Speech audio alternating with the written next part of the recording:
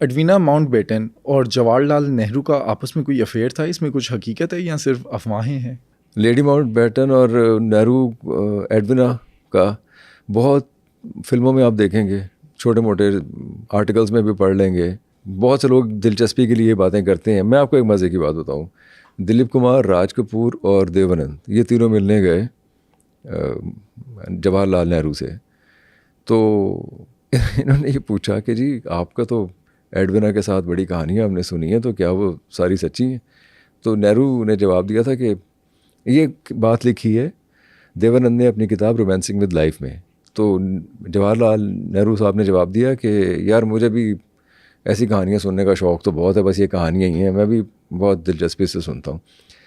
और freedom eight midnight में तो ये लिखा है कि जवाहरलाल नेहरू की बहन ने इन राइटर्स को ये बताया था कि अपने आखिरी उम्र में जवाहरलाल नेहरू खुद कहते थे कि वो इम्पोर्टेंट हो चुके हैं। अच्छा। मतलब वो तो कुछ बस ऐसे करने के काबिल नहीं है। ये जवाहर उनकी बहन ने बताया, उनकी बहन ने फ्रीडम एट मिडनाइट के जो राइटर्स हैं उनको बताया। फिर खैर उन्होंने, उनके घर में एक मुलाजिम हुआ करता था जो उस वक्त वहाँ था जब एडविना उनसे मिलने के लिए आया करती थी जवाहरलाल साहब से। तो उससे पूछा तो उसने कहा नहीं, उसने भी इनकार किया इस बात से, कोई ऐसी बात कोई नहीं थी। तो ये अफवाहें फिर निकली कहाँ से? देखें, माउंटबेटन अपनी बीवी को इस्तेमाल करता था, कुछ ऐसी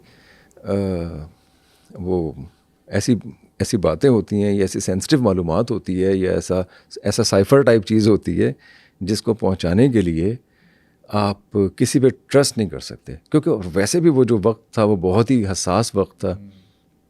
कोई भी मैनिपुलेट कर सकता था, कोई भी किसी की बात को कुछ ट्विस्ट कर सकता था। तो इसलिए एडविना जो है वो उसकी स्पोक्स वुमन भी थी समहाउ, या उसकी हो सकता है कोई मालूमात इकट्ठी करने के लिए, कोई मालूमात पहुंचाने के लिए, या ख़ुद बात करने से पहले। देखिए जो मैं समझता हूँ कि माउंटबेटन अगर नेहरू से अगर कोई बात करता तो ख़बर बनती है कि ये बात हुई, या उनके दरमियान जो बात होगी वो हिस्ट्री बनेगी।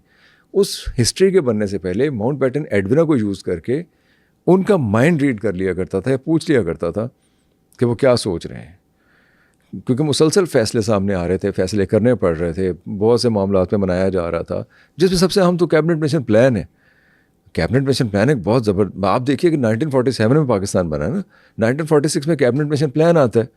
कैबिनेट मिशन प्लान ये था कि 3 हिस्सों में हिंदुस्तान को तकसीम किया गया और फिर एक कन्फेडरेशन बना दी जाए जिसमें आज का पाकिस्तान हो, नॉर्थ इंडिया हो और आसाम और बंगाल दूसरे हिस्से हों जो दूर के हिस्से हैं भारत के, ABC कैटेगरीज बना दी जाए। तो जिन्ना साहब तो मान गए थे कैबिनेट मिशन प्लान को। ये बड़ी ही दिलचस्प बात है कि कैबिनेट मिशन प्लान को जिन्ना साहब ने एक्सेप्ट कर लिया था। इसका मतलब जिन्ना साहब नहीं तकसीम चाह रहे थे उस वक्त, वो कोई बहुत ज़्यादा तकसीम के साथ कमिटेड नहीं थे, वो मुसलमानों के राइट्स के साथ कमिटेड थे। और ये बात डॉक्टर आयशा जलाल भी करती हैं। डॉक्टर आयशा जलाल ये कहती हैं कि तकसीम की जो बात है उसको जिन्ना साहब एक बारगेनिंग टूल के तौर पे यूज़ कर रहे थे। ये दे दो, ये 1/3 नुमाइंदगी दे दो, या इनको जॉब्स में हिस्सा दो, या जो भी वो मांग रहे थे लेजिस्लेटिव असेंबली में, कॉन्स्टिट्यूंट असेंबली में, जहाँ भी मांग रहे थे, मुसलमानों के लिए मांग रहे थे, तो वो बारगेनिंग टूल के तौर पे इस्तेमाल कर रहे थे। दिस इज़ 1946 जब कैबिनेट मिशन प्लान आता है और मान जाते हैं जिन्ना साहब। तो किसने नहीं माना फिर उसको? इशू कहाँ पर? इशू है कि नेहरू ने नहीं माना, जवाहरलाल नेहरू ने नहीं माना। उन्होंने ये कहा कि हम एक कमज़ोर सेंटर नहीं लेके चल सकते। जिन्ना साहब से एक मुलाकात में उन्होंने ये कहा कि मैं तो मानता हूँ, पटेल नहीं मानता। अच्छा, इनकी आपस में लड़ाई भी थी नेहरू और पटेल की, वो किस बात पे लड़ाई थी? नेहरू 56 थे, उनकी एज 72 थे पटेल। जिसने कांग्रेस का सदर बनना था, जाहिर है वही प्राइम मिनिस्टर भी बन रहा था। ये भी एक मामला था। जब प्रोविंसेस की तरफ से वोटिंग हुई तो नेहरू को किसी ने वोट नहीं दिया, पटेल की तरफ वोट थे। उसकी वजह कि पटेल बहुत इंस्ट्रूमेंटल भी थे, बहुत एक्टिव भी थे, बहुत प्रिंसली स्टेट्स को शामिल करने में भी उनका बड़ा अहम किरदार था। फिर वैसे भी थोड़े से वो ज़्यादा अपने अवाम के हक़ में फ़ैसले करने में बहुत ज़्यादा, और थोड़ा डिप्लोमेट भी थे, गिव एंड टेक भी करते थे, स्टिक कैरेट एंड स्टिक की पॉलिसी भी अपनाते थे। उनको सब कुछ आता था करना, और वो उम्र में बहुत बड़े थे और वो अपने आखिर में ही थे, आखिरी उम्र में थे। इसलिए भी हमदर्दियाँ उनके साथ थीं। तो नेहरू को किसी ने वोट नहीं दिया, लेकिन पटेल को दिया।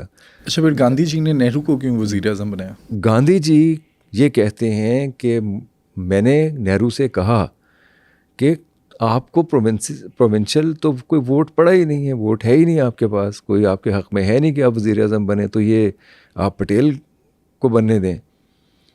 तो उस वक्त तो वो चुप रहे, उनके अदब में चुप रहे, लेकिन बाद में उन्होंने कह दिया कि वो इसके ऊपर समझौता नहीं कर सकते, यानी वो ही वज़ीर आज़म बनेंगे। नेहरू ने गांधी से कहा, और गांधी लूज़ नहीं करना चाहते थे किसी भी सूरत में, नेहरू को लूज़ नहीं करना चाहते थे, और उनकी जो गैर रज़ामंदी है या उनका एक्टिव ना होना है उस वक्त पॉलिटिक्स में, वो अफोर्ड नहीं कर सकते थे, क्योंकि वो बैकलैश होता उस चीज़ का बहुत ज़्यादा बुरे तरीके से। इसलिए उन्होंने नेहरू को वज़ीर आज़म बनने दिया।